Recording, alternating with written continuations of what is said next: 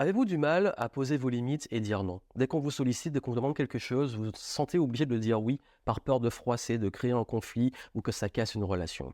Mais je vais vous poser une question très importante. Quand vous dites oui à l'autre, est-ce que vous vous dites non à vous?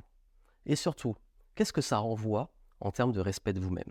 Parce qu'on veut le faire par respect pour les autres, mais si on ne se respecte pas soi, est-ce que c'est juste? Est-ce que c'est juste d'être très généreux pour les autres, mais de s'oublier soi, de ne pas être généreux envers soi? Dire non doit se faire sans culpabiliser. Parce que c'est aussi peut-être que vous ne pouvez pas le faire à fond. C'est peut-être que ce n'est pas le moment. C'est peut-être que vous n'avez pas les capacités pour pouvoir répondre oui. Et peut-être que c'est pour une autre fois.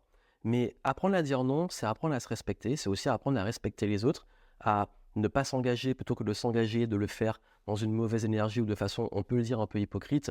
Et il est extrêmement important d'apprendre à poser vos limites, d'apprendre à vous respecter et comprendre qu'il n'y a pas à culpabiliser tant que ça reste dans un respect.